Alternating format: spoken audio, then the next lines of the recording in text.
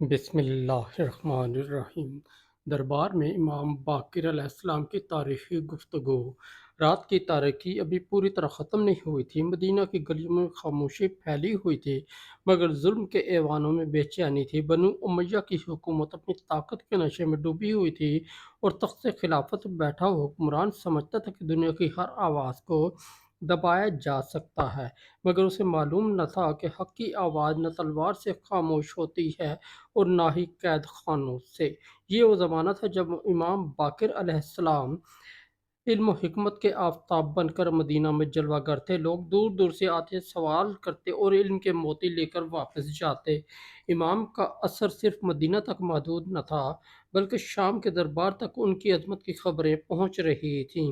خلیفہ شام بن عبد الملک کو یہ بات ناگوار گزرتی تھی کہ لوگوں کے دلوں میں اہل بیت کی محبت بڑھتی جا رہی ہے۔ اس نے فیصلہ کیا کہ امام باقر کو شام بلایا جائے تاکہ دربار میں ان کی حیثیت کو کم کیا جا سکے اور لوگوں کو ان کے سامنے ان کی شان گھٹائی جا سکے۔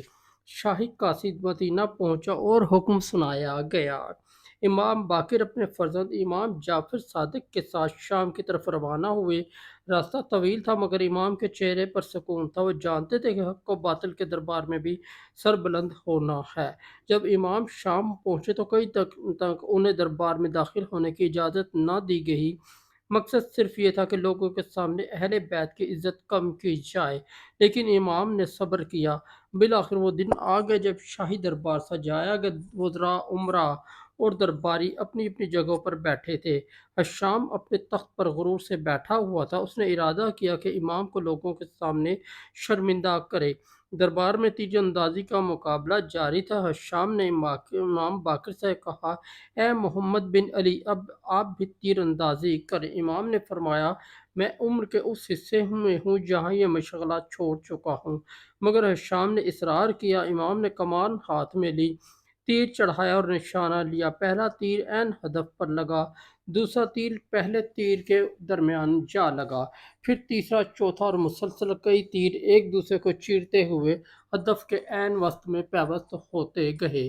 پورا دربار حیرت میں ڈوب گیا، خاموشی چھا گئی۔ شام کے چہرے کا رنگ بدل گیا۔ جس شخص کو ذلیل کرنا چاہتا تھا وہ اپنی مہارت اور وقار سے سب پر غالب آ چکا تھا، لیکن اصل معرکہ ابھی باقی تھا۔ شام نے امام سے مختلف سوالات شروع کیے۔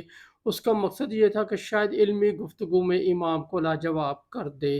اس نے کہا، آپ اہل بیت دعویٰ کرتے ہیں کہ آپ کے پاس خاص علم ہے، یہ علم کہاں سے آیا؟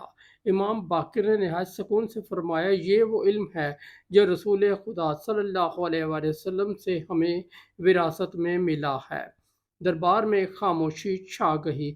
امام نے فرمایا، ہم وہ گھرانہ ہیں جن کے متعلق اللہ نے فرمایا کہ اہل ذکر سے پوچھو اگر تم نہیں جانتے۔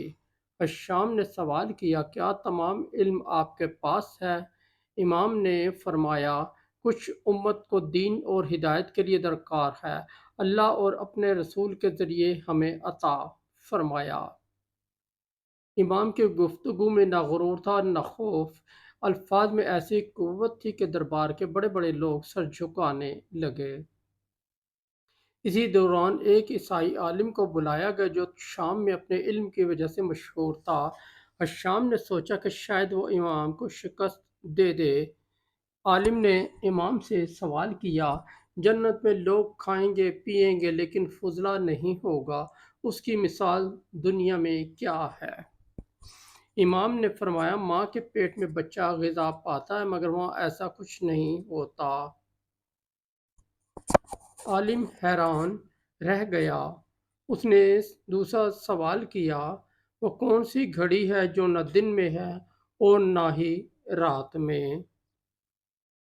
امام نے فرمایا، طلوع فجر سے پہلے کا وہ وقت جو نہ مکمل رات ہوتا ہے اور نہ ہی دن۔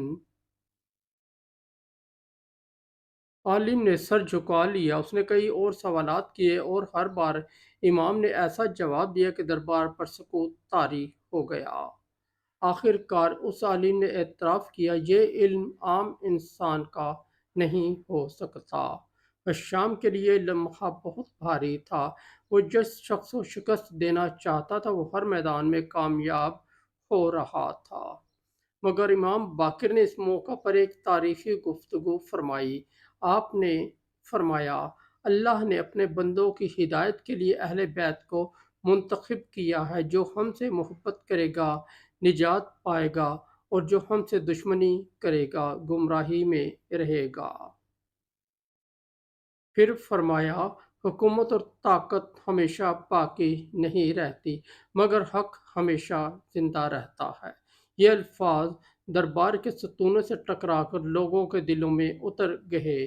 کئی لوگ جو اہل بیت کے بارے میں غلط فہمیوں کا شکار تھے، ان کی آنکھیں کھل گئیں۔ انہیں معلوم ہوا کہ یہ وہ خاندان ہے جس کے پاس علم، تقوی اور حقیقت کی روشنی ہے۔ الشام نے محسوس کیا کہ اگر امام مزید شام میں رہے تو لوگوں کے دل مکمل طور پر اہل بیت کی طرف مائل ہو جائیں گے۔ اس نے جلدی سے امام کو واپس مدینہ بھیجنے کا فیصلہ کیا، مگر واپسی سے پہلے حق اپنا پیغام دے چکا تھا۔ امام باقر نے ثابت کیا کہ سچائی کو تخت و تاج کی ضرورت نہیں ہوتی۔ ایک قیدی بھی بادشاہوں پر غالب آ سکتا ہے اگر اس کے پاس علم، صبر اور خدا پر یقین ہو۔ آج صدیوں بعد بھی حشام کا محل باقی نہیں، اس کا غرور باقی نہیں، اس کی سلطنت باقی نہیں، لیکن امام باقر کا نام علم کی آسمان پر روشن ہے۔ یہ تاریخی گفتگو ہمیں یہ سبق دیتی ہے کہ حق کو دبایا جا سکتا ہے مگر مٹایا نہیں جا سکتا۔ طاقت وقتی ہوتی ہے مگر علم اور سچائی ہمیشہ زندہ رہتے ہیں۔ جب بھی ظلم کا دربار سجے گا، وہاں کسی نہ کسی باقر کی آواز ضرور گونجے گی، جو یہ اعلان کرے گی کہ عزت تختوں سے نہیں بلکہ حق کے ساتھ کھڑے ہونے سے ملتی ہے۔ اور یہی امام محمد باقر علیہ السلام کا وہ پیغام ہے جو قیامت تک انسانیت کو روشنی دیتا رہے گا۔